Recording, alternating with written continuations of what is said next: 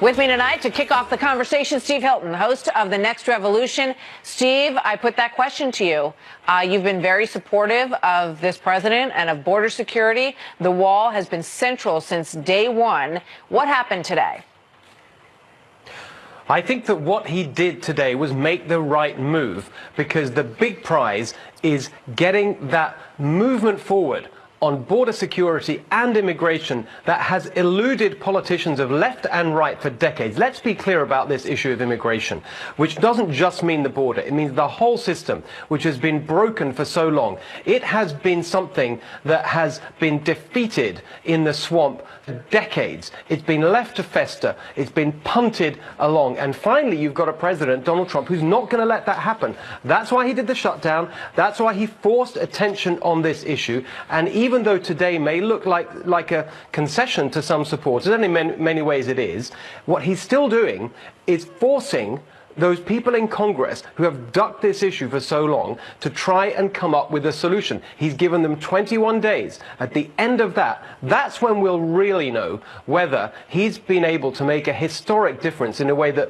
no politician has been for such a long time. Well, we'll see. I mean, because he essentially said that if he didn't get what he wanted, he was going to use his executive powers to declare a crisis at the border. Now, I guess if at the end of these 21 days they don't get where they need to be on this to satisfy his base, then perhaps that option is still there. But, you know, I mean, the backlash is pretty fierce. So let's take a look at some of the headlines out there. Trump just lost his leverage for building a wall. Why Trump blinked. Those are some of what's being said out there. Now, some of those outlets are not particularly positive on the president in most cases anyway. But, you know, also from Ann Coulter, you know, as you could imagine, she said, good news for George Herbert Walker Bush. As of today, he is no longer the biggest wimp ever to serve as president of the United States. What do you think, Steve? Yeah, but this stuff is just childish. It's not helpful. It's not serious, okay? This is a really serious problem. Immigration has been growing as a problem, and it will continue to grow as you get bigger and bigger migration flows around the world. You've got technology, you've got the cost of travel. This is going to be a really serious issue. And so it's not the end of the process yet. The time to judge is in a few weeks. If Congress can use this period to finally deal with the problem, look, the answers are not that complicated. I hear what you're saying, Steve, but this has been going on for 13 years, this discussion, and they've gone right up to the edge and many times and said we're this close to doing comprehensive immigration reform.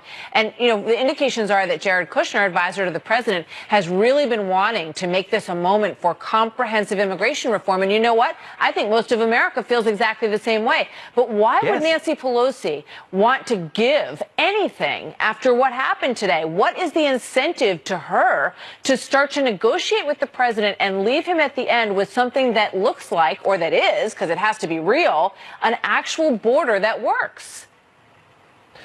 This sounds like a weird thing to say at this moment, but fundamental decency. In the end, how long can she go on saying that it doesn't matter what you put on the table? She's already said this in terms of giving us what we want for the kind of priorities that our voters have. We're just going to keep saying no because we hate you, Donald Trump. Okay, if she continues to do that, she really will be exposed as a completely empty politician who only cares about those partisan points and does not care about the future of the country, because the president has shown he is interested in a bigger deal than just scrabbling over I mean, he made a bit very of money generous for the war, offer, and that's what we think. need. Yeah, I mean, if, you know, just looking at it, you know, at 30,000 feet, it's like you look at what he was offering. He was offering DACA relief, essentially, a huge program to allow people to stay here, increase technology at the border, increase border security in the form of more agents along that border, and also an actual physical barrier that prevents people from coming in. And you're right. I think that it would reveal that what some on Nancy Pelosi's side of the end of the fence, so to speak, are pushing for is basically that they want no barrier, no wall, and to that you have to ask the question, well, do they want to remove what's there? You know, should it just be a completely fluid back and forth area? They have no serious argument. They have no substantive argument. It's purely political. But I just want to say this to every supporter of Donald Trump, wherever they are, they're watching tonight, whoever you are. If you want to support this president, if you want to see him re-elected in 2020, then you've got to get behind him right now at this moment and push for that kind of big historic deal, because that is the best way to make sure that he gets credit from a situation which we can all see has been messy. It's hurt his reputation. His poll numbers are down, but we're not at the end. We're halfway through, and he's still got the chance to have used the pressure of shutting down the government and now putting this deadline on it with the threat of the emergency action to get a really big positive change. That will be the best way to ensure that he's re-elected in 2020. Well, when you look at the politics of it and where people were moving, one of the indications that we're hearing is that the 2 votes that they took in the Senate, where 6 Republicans said yes to the Democrat bill that had no border wall funding in it, got them unnerved at the White House, that they were concerned about the outcome of that vote and felt that they were losing,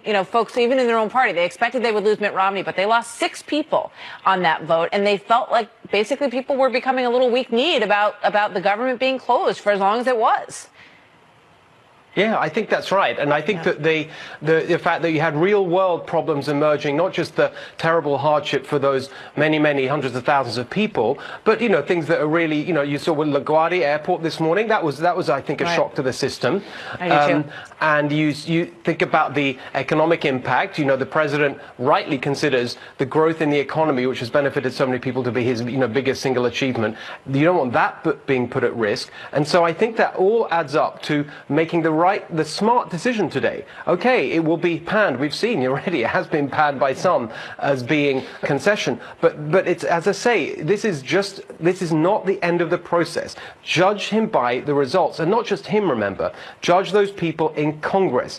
They're the ones who now need to put together that policy program. I think, by the way, the president can and should lead this process. He should be out there and arguing for the kind of big positive change that they can then make happen in Congress, because the truth is there's no way that anyone can dispute the fundamentals of the actual issue. He's on the right side of this. Steve Hilton, thank you very much. Good to see you tonight.